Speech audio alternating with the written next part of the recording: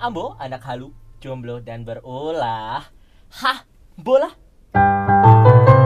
Hai, lagu Delova yang barusan aku mainin itu merupakan soundtrack dari film berjudul Delova yang terinspirasi dari buku novel yang berjudul Delova milik Dian Nuranindya. Bayangin aja guys, dari satu buku saja itu bisa menginspirasi sutradara untuk membuat film, lalu berlanjut menginspirasi musisi dan juga produser untuk menciptakan lagu.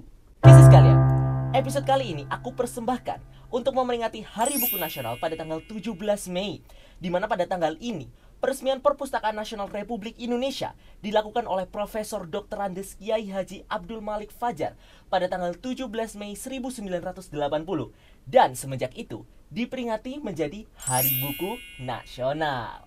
Melansir dari website resmi Perpustakaan Nasional Republik Indonesia, saat ini Perpunas memiliki manuskrip dengan total 10.474 judul. Oh my god. Wah, pastinya Perpunas ini memberikan banyak sekali manfaat bagi seluruh warga Indonesia. Ya, walaupun ngaku aja lah guys, gak sedikit dari kita yang mengunjungi Perpunas ini hanya untuk melihat buk luarannya aja, alias dilewati doang. Guys, kita perlu banget membahas tentang pentingnya membaca buku. Karena apa?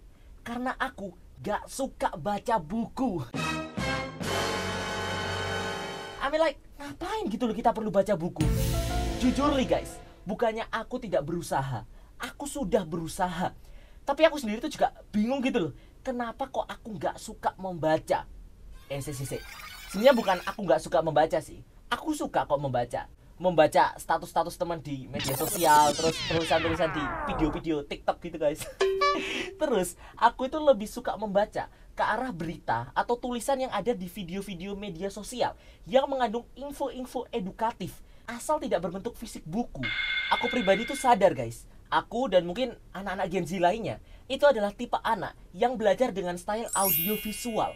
Jadi seringkali ketika aku membaca sebuah buku, aku menemukan diriku tuh kesusahan untuk memahami isi yang ada dalam buku tersebut. Jadi kayak aku baca satu halaman, terus habis itu aku balik lagi, terus tiba-tiba aku ingat, tadi itu aku baca apa sih? Terus aku balik lagi, jadi kayak bolak-balik. Sejam itu cuma satu halaman guys.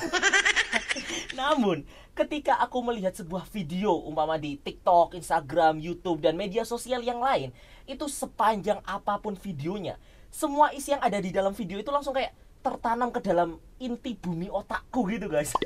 Apakah kalian juga merasa seperti itu? Terkadang tuh aku mikir guys, buat apa gitu loh aku membaca kalau misalnya aku tidak bisa memahami apa yang sedang aku baca. Tapi aku masih terus berusaha dan memaksa diri untuk membaca. Karena membaca adalah perintah pertama yang diturunkan oleh Allah Subhanahu wa taala kepada Rasulullah Shallallahu alaihi wasallam dalam surat Al-Alaq ayat 1. Iqra bismi rabbika, dan bacalah dengan menyebut nama Tuhanmu. Melansir dari dpublishstore.com, vmaila.com, website LP2M Universitas Medan Area, dan banyak sumber lainnya. Di samping dari fakta-fakta umum mengenai manfaat daripada membaca, seperti membaca memperluas wawasan pengetahuan, meningkatkan kemampuan linguistik, kualitas memori, dan juga analisis, dan lain-lain. Uniknya, pernah ada riset yang dilakukan ke 3.635 orang dengan rentang usia 17-50 tahun. Dan ternyata guys, orang yang membaca 3-3,5 jam per minggu itu dapat menurunkan tingkat kematian sampai 17%. Dan yang membaca lebih, itu bisa menurunkan tingkat kematian mereka sampai 23% guys. Dan orang yang rajin membaca buku, itu mempunyai kemungkinan sekitar 20% lebih rendah untuk meninggal di 12 tahun ke depan. Kok bisa? Hal ini disebabkan karena membaca buku itu melibatkan aktivitas otak yang kompleks, sehingga manfaat kognitif yang didapat itu juga lebih baik. Bahkan dapat meningkatkan masa hidup dari orang yang membaca buku. Keren juga nih guys. Selain itu, ternyata membaca buku juga dapat menurunkan kemungkinan stres sampai 67%. Wow. Penelitian yang dimuat dalam Journal of College Teaching and Learning membuktikan bahwa kebiasaan membaca buku at least 30 menit per hari itu dapat menurunkan tekanan darah, menurunkan frekuensi detak jantung, bahkan menurunkan tingkat stres guys. Oh ya, satu lagi nih. Siapa bilang membaca buku terus-menerus menyebabkan kita menjadi kutu? Itu salah guys. Karena kita manusia tidak akan pernah bisa ganti spesies. Maksudnya kutu buku ya guys ya. Masih banyak sekali stigma yang berjalan, terutama di Indonesia ini, bahwa orang yang terus-menerus membaca buku sama dengan introvert, tidak bisa bersosial.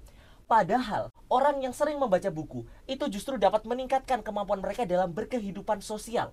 Karena mereka jadi lebih mengetahui atau lebih paham mengenai karakteristik masyarakat, kehidupan sosial, dan budaya di lingkungan tertentu. Sehingga itu memudahkan mereka untuk menyesuaikan diri ketika berada dalam suatu lingkungan yang baru.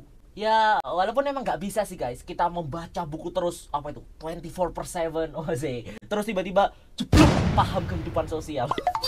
Membaca itu penting guys, namun tetap harus diiringi dengan praktek di kehidupan nyata dan kehidupan bersosial. Lalu gimana sih caranya kita itu untuk bisa menyukai membaca buku? Nah ternyata, melansir dari bacamalam.com, yang pertama yang harus kita lakukan adalah membaca dengan genre yang kita sukai. Dan gak usah panjang-panjang, gak usah brutal. Yang ada bukannya umur kita panjang, nanti malah meninggal guys. Yang kedua adalah buat tujuan dari kita membaca.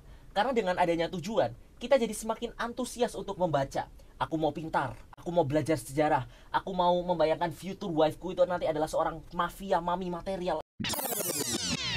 Setelah itu, yang ketiga adalah kita bisa membuat jurnal membaca atau menceritakan kembali apa yang telah kita baca. Setelah itu kita juga bisa gabung ke komunitas membaca dan lain sebagainya. Di sini posisi kita memang sama-sama belajar ya guys ya. Karena aku sendiri juga masih berjuang untuk menyukai membaca buku.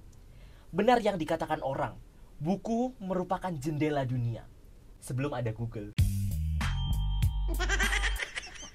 Intinya guys, membaca itu penting. Walaupun aku yakin semua orang pasti memiliki style belajar mereka masing-masing. Ada yang stylenya audio, ada yang audiovisual kayak aku, ada yang kinestetik dan lain sebagainya. Namun yang penting adalah kita harus terus mencari ilmu pengetahuan. Aku sendiri juga berharap eksistensi daripada buku dan budaya membaca buku itu masih akan ada bahkan sampai akhir zaman. Walau mungkin nanti di masa depan buku itu sudah dalam format yang berbeda, mungkin dalam bentuk electronic book, audiovisual book dan lain sebagainya. Mari kita membaca guys, karena skill membaca merupakan bekal untuk masa depan kita dan dunia kita. Wazik. Jadi gitu guys sekalian, membaca buku untuk bekal masa depan. Sampai jumpa guys sekalian.